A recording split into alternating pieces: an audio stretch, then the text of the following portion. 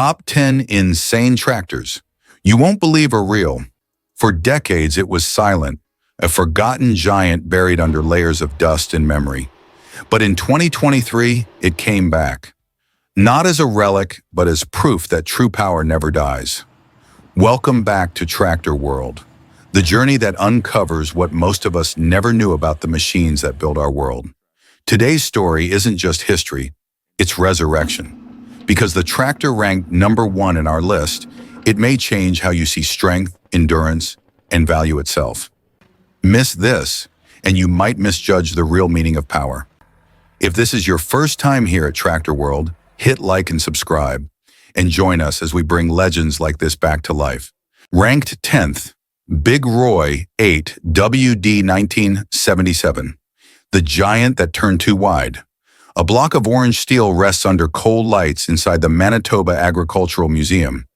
8 enormous tires catch reflections like mirrors. Stamped across the hood, Big Roy 8 WD 600 horsepower. It doesn't run anymore. It only reflects, a relic from a time when power was measured in tons of metal, not lines of code. Designed in 1977 by Versatile Manufacturing Limited of Winnipeg, Canada, Big Roy was built to become the most powerful farm tractor on Earth. At its center sat a Detroit diesel 12V71T, a 12-cylinder, 2-stroke diesel engine, displacing 852 cubic inches and delivering 600 horsepower. A fuller 6-speed manual gearbox transmitted torque through a dual-articulated frame to 8 Michelin 6643 by 25 tires. Overall length, 30 feet. Operating weight, nearly 24 tons. The central articulation controlled 4 independent wheel pairs, giving a turning radius of more than 15 meters. The flaw that earned its legend, too broad to turn. The cab was sealed against dust pressure and featured one of the first rear-view cameras ever fitted to an agricultural machine, a concept decades ahead of its time. Versatile's engineers, led by Don Howd, wanted to prove Canada could build a super tractor to rival American heavyweights. The prototype, carrying serial number 1080, debuted at the Farm Progress Show of 1977 in Regina. But field tests soon exposed reality: excessive weight, limited visibility, and maintenance costs beyond logic. Only 1 unit was ever made. No production, no buyers. After its short tour, Big Roy entered storage and was later restored in 2005 by the Manitoba Agricultural Museum. The diesel still fires, but only for demonstrations, a few meters each year. Collectors estimate its value at around $250,000 US, yet none would attempt to move it. Few farms own roads wide enough to let it pass. A machine once built to work now exists solely to be observed. If Big Roy was too large to live, the next tractor proved that sometimes small frames can move entire mountains. Ranked 9th, Allis-Chalmers HD6, 1950s, the crawler that moved mountains. Allis-Chalmers had spent World War II building tractors for the military and bulldozers for the engineer corps. From that experience came a simple goal for the 1950s: create a crawler that could serve both farm and construction fields without re-engineering between them. In 1955, the HD6 rolled out of the Springfield plant.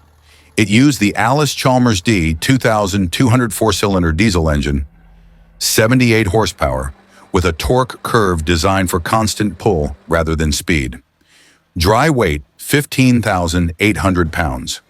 Transmission, 5 forward, 1 reverse, with planetary final drives. The undercarriage featured lubricated track rollers and a wide-gauge stance for stability on slopes. Maximum drawbar pull, 14,000 pounds.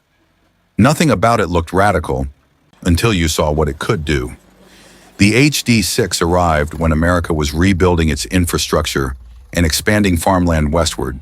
It dug ditches for irrigation in California, carved logging roads in Oregon, and cleared dam sites in Idaho. Contractors liked its balance of power and size, small enough for a 2-person operation, strong enough to push rock. Allis-Chalmers marketed it as the crawler that works all week and rests on Sunday, because you have to. By 1960, more than 10,000 units had been sold worldwide. Operators often called it the mountain goat for its ability to climb terrain that made wheeled machines stall. Later models adopted a new injection system and improved undercarriage geometry from the larger HD11. The series remained in production until 1974, when Allis-Chalmers merged its industrial line with Fiat Alice. The HD6 slowly disappeared from catalogs, replaced by rubber track machines and hydrostatic drive. But many units never retired. Small contractors in Montana and the Appalachians still use them to this day. Parts are rebuilt by hand. Serial plates faded, yet engines start with a low grind that sounds identical to 1955. Restored HD6 units trade between $10,000 and $25,000 US, depending on condition. Collectors favor them not for rarity, but for mechanical honesty.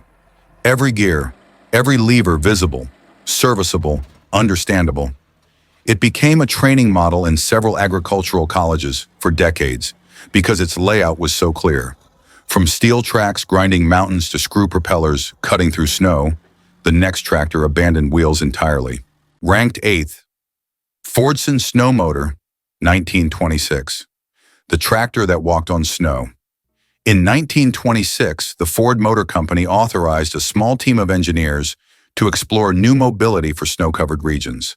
The result was the Fordson Snow Motor, built on the chassis of the Model F tractor, a machine already known for revolutionizing farm mechanization.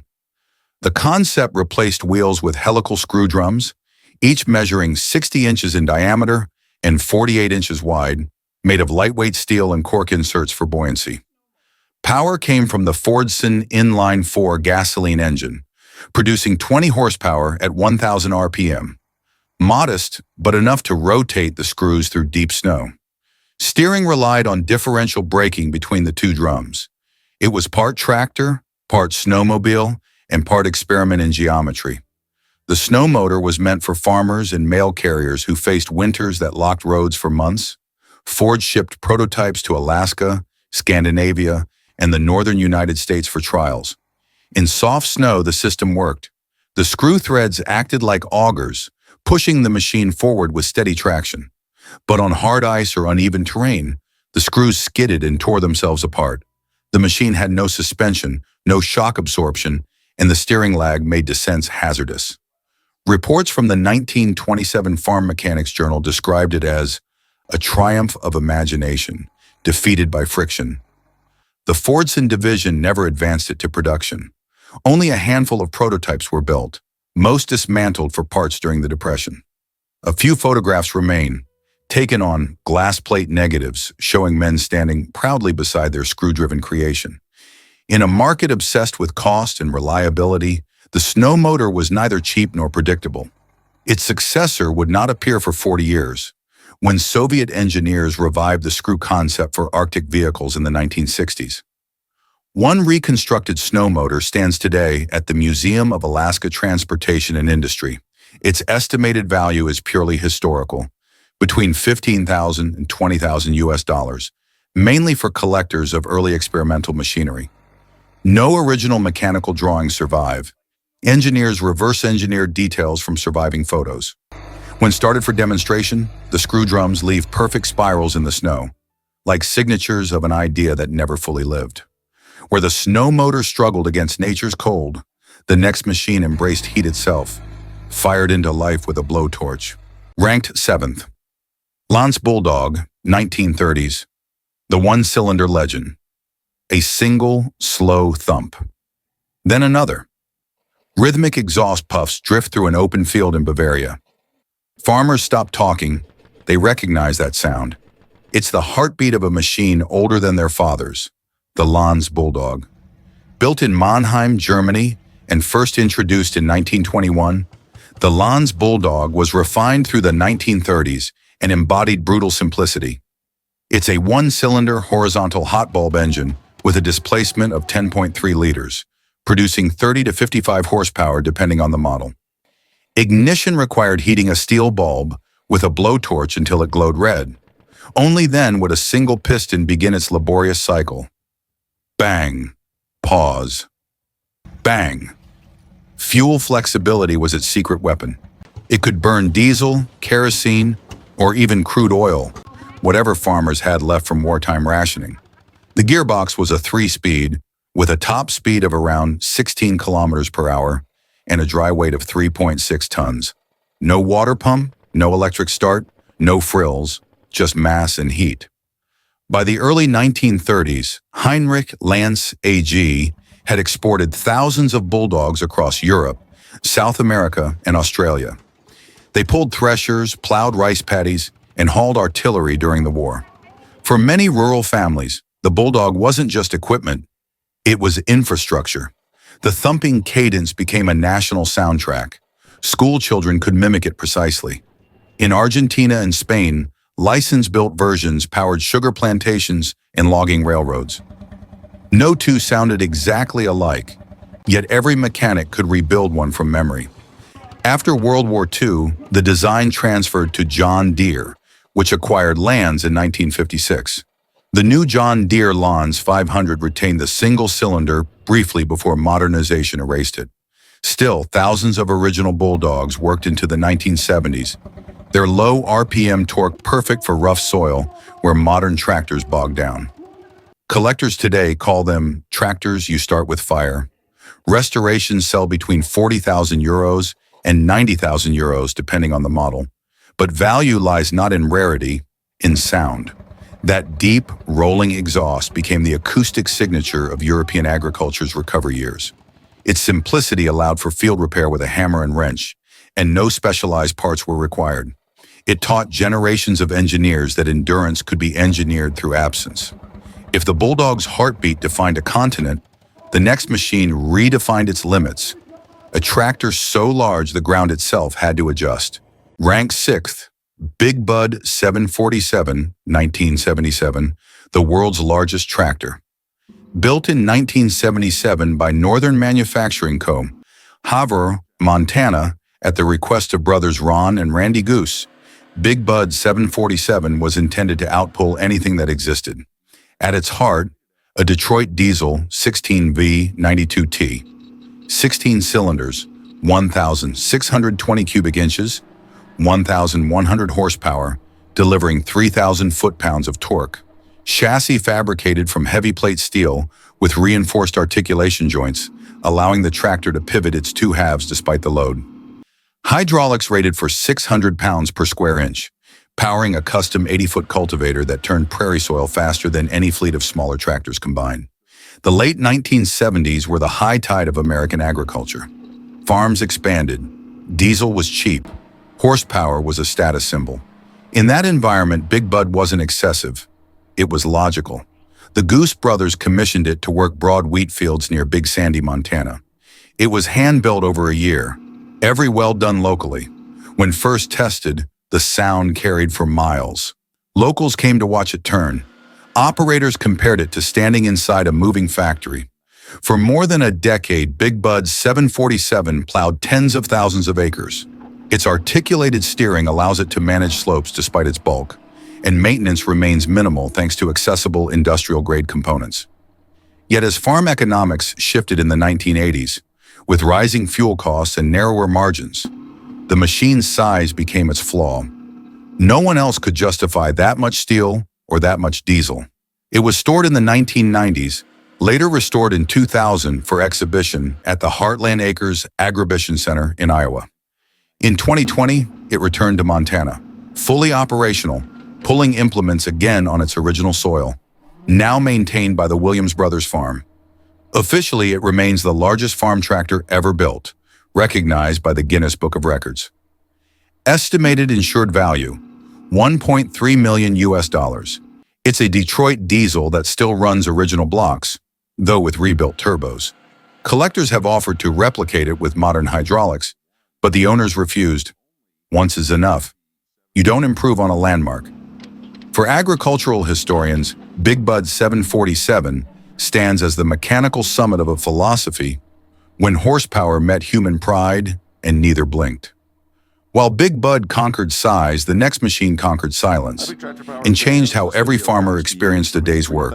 Ranked 5th, John Deere Soundguard cab, 1970s. The cab that changed everything. A farmer closes the cab door. The world goes silent. Wind dies. Engine hum softens to a low mechanical pulse. Through curved glass, he looks out at endless corn rows. For the first time in tractor history, the loudest thing in the field is his breathing. John Deere Soundguard, 1973. The early 1970s brought a new challenge. Tractors were strong, but their operators were breaking. Noise above 95 decibels, dust infiltration, vibration fatigue, invisible forces that shortened working life. At John Deere's Waterloo Engineering Center, a team led by Al Keller and Ed O'Connor decided to approach the tractor as if it were an aircraft cockpit. They sealed the operator in a pressurized, sound-insulated capsule, the Soundguard cab. Structure: an integrated rollover frame bonded directly to the chassis, lined with acoustic insulation and laminated safety glass. Noise levels dropped to 80 decibels at full load, a reduction of 40%. Air conditioning and filtration delivered clean, cooled air into a positive pressure environment. Every surface was modeled in human reach arcs, controls angled to the operator's wrist instead of the frame. Prototype cabs were tested on Model 4, 230, and 4430 tractors across Iowa and Kansas. Operators recorded heart rate and vibration exposure using industrial sensors, data normally collected for factory workers, not farmers. After 1,000 hours of field use, engineers found a reduction in fatigue of up to 30% and nearly eliminated hearing loss risks. The cab's curved windshield and tinted roof panel improved field visibility by 20%. Deere patented the full isolation mount in 1973 and launched it commercially in 1974 as part of the Generation 2 series. Within 2 years, every major competitor, Case, International Harvester, Massey Ferguson, rushed to design sealed operator environments. The Soundguard turned comfort into a measurable performance metric. By 1978, Deere sold over 180,000 units worldwide. In the American Midwest, its silhouette became iconic. The green hood leading into a rounded glass capsule. Farmers said it was like stepping into tomorrow. Productivity rose not through more horsepower, but through fewer injuries. Even today, Soundguard cabs in restored 4430S remain prized for their balance of simplicity and comfort. Auction prices: $25,000 to $45,000 US dollars depending on condition. Many are still used daily. Their seals are tight, their air is cool. If John Deere sealed the operator from the elements, the next machine confronted the elements head-on. 4 wheels, 1 mission. Total traction. Ranked 4th. Versatile, 4-wheel drive, 1966. The machine that split power in 4. In 1966, Versatile Manufacturing Limited introduced the Model D100, the world's first mass-produced, fully articulated 4-wheel drive tractor. Before Versatile, farmers used 2-wheel drive tractors, pulling multiple smaller implements, losing traction in wet fields. By coupling both axles through a central articulation joint, engineers created a machine that could pull twice the load on the same soil pressure. This eliminated slippage, cut fuel consumption, and increased the working area by 40%. The cab sat high above the pivot point, giving operators panoramic vision. No electronics, no luxury, only visibility and balance. Farmers described it as a mechanical animal that could bend in the middle. The D100 and, later, the Versatile 145 and 118 gained rapid adoption across the Canadian plains and the northern United States. By 1970, Versatile held nearly 40% of the articulated tractor market in North America. Its success forced larger companies, John Deere, Case, and International Harvester, to rush their own 4-wheel drive designs. But Versatile had already become synonymous with modular engineering. Identical front and rear sections, easy maintenance, complete interchangeability. Each major component could be replaced with a wrench in the field. No special service tools required. The concept of mechanical symmetry established by Versatile remains the foundation for every high-horsepower tractor today, from 300 HP models to 700 HP articulated giants. The versatile four-wheel drive series continued production for over 50 years, modernized under different owners, but keeping the same principle: equal power, 4 directions, 1 purpose. Collectors restore early D100S today for $30,000 to $50,000 US, their original Cummins engines still firing at first crank. Some are still used seasonally on prairie farms. Not as nostalgia, but as dependable machinery. Versatile proved power could be balanced. The next tractor proved traction itself could be reinvented, with no wheels at all. Ranked third, Case IH Quadtrac, 1996. The tractor that never slipped. Introduced by Case Corporation, the Quadtrac became the first commercial tractor to employ 4 independent rubber tracks, each driven by its own final drive. Beneath the red hood lay a Cummins N14 855 cubic inch diesel, producing 450 horsepower and 1,650 pound-feet of torque. The 18-speed power-shift transmission managed torque distribution to all 4 drive modules through a central differential. Each track assembly floated on oscillating bogie rollers with hydraulic suspension, maintaining equal ground contact regardless of slope or soil density. Ground pressure, 5.5 psi, less than a man's footprint. That number changed farming physics. Throughout the 1980s, farmers faced a paradox. Higher horsepower meant heavier tractors, which in turn sank in wet ground. Case engineers studied military track vehicles and concluded, traction isn't about power, it's about pressure distribution. By isolating each track, they ensured torque remained constant while reducing compaction. The result, a machine that could pull 80-foot air seeders on saturated clay without digging itself in. Operators described it as a 20-ton machine that walked like it weighed 5. Prototype units were field-tested across Montana, Saskatchewan, and Australia for 5,000 hours before production. Telemetry showed average slippage under 1%. At full drawbar load, fuel efficiency improved 12% compared with dual-tire competitors. Engineers noted unprecedented operator stability. Vibration levels dropped 60%. Case launched production at Steiger Works, Fargo, branding it under the new Case IH STX series after 1997. Within 5 years, every major manufacturer developed a variant.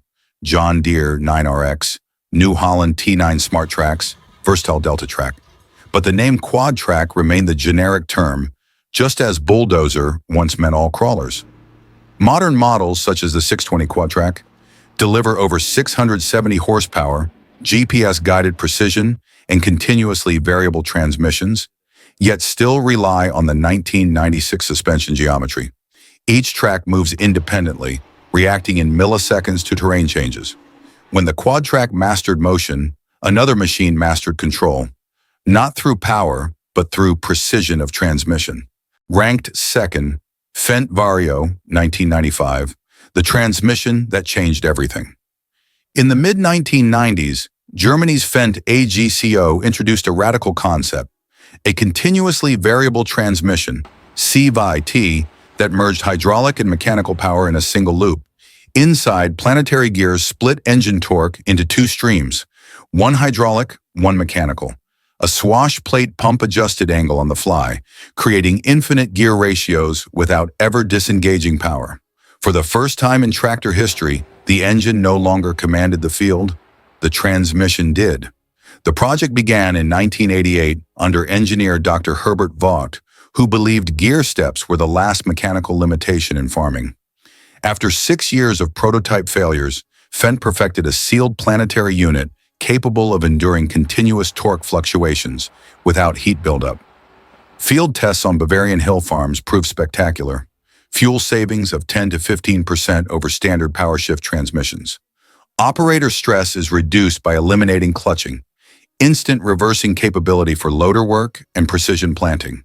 When the Fendt 926 Vario entered production in 1995, competitors dismissed it as too complex for real fields. Within 5 years, every major manufacturer licensed or developed its own CVT system. The Vario system managed engine RPM electronically, matching load demand with hydrostatic pressure. maintaining ideal torque at minimum fuel consumption. Farmers could program ground speed to centimeters per second for planting or spraying. It was not about going faster, it was about going exactly right. By 2000, the term Vario had become a category, not a brand. Mechanically, the Vario redefined power. No longer a brute force through steel teeth, but a mathematical relationship between pressure, angle, and flow. Its digital control module made tractors behave like precision instruments, quiet enough to seed delicately, strong enough to pull plows the width of a house. Farmers who once judged machines by sound now judge them by smoothness. It was the end of mechanical noise and the beginning of mechanical harmony. When Fendt mastered control, one machine reminded the world what happens when pure power returns. Not as innovation, but as revival. In first place, Big Bud Reborn, 2023. The legend returns. Built in 1977 by Northern Manufacturing in Havre, Montana, the Big Bud 747 worked millions of acres before retiring in the 1990s. In 2020, the Williams Brothers farm purchased the remains and began the rebuild. They stripped the frame to bare plate steel, remachined the 16-cylinder Detroit diesel 16V5 92T, and fitted new Goodyear L GP710/75R 42 tires, the largest ever molded for agricultural use. Every line, hose, and bearing was custom fabricated. None of the original suppliers existed. Rebuilding a one-of-a-kind machine meant reverse engineering everything. The original blueprints had vanished, so mechanics measured each beam by hand and mapped the geometry with 3D scanners.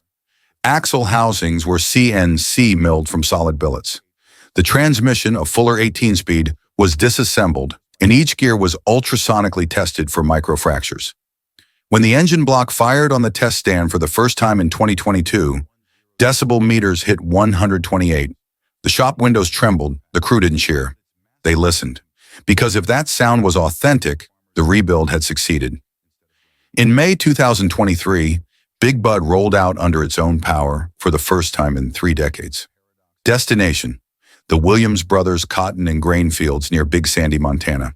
Behind it, a new custom cultivator, 80 feet wide, 16 tines deep, cut a wake of turned soil large enough to be seen from satellite imagery. Operators report that it drives lighter than it looks. Hydraulic assist steering, upgraded braking, and GPS auto steer transformed a 1970s monster into a precision tool. Yet the essence remained: manual levers, steel pedals, physical feedback. Big Bud Reborn isn't automation, it's restoration of connection. Agricultural historians call it a monument to mechanical courage. In an era of efficiency metrics and emissions caps, a tractor rebuilt simply because it could be rebuilt feels like defiance. Its insured valuation exceeds $1.4 million, but the owners refuse to sell. They describe it as a promise kept to every engineer who believes steel could last a century. And so the legend returns, not as a memory, but as a reminder that true strength never fades. It simply waits to be rediscovered. The Big Bud Reborn is more than a machine. It's living proof that craftsmanship, courage, and engineering vision can outlast time itself. Thank you for watching Tractor World, the journey where every engine tells a story and every story keeps the past alive. If you enjoyed this episode, don't forget to like and subscribe, because in our next journey, we'll uncover another forgotten machine that changed the course of farming forever. Until then, keep the engines running, and we'll see you in the next episode.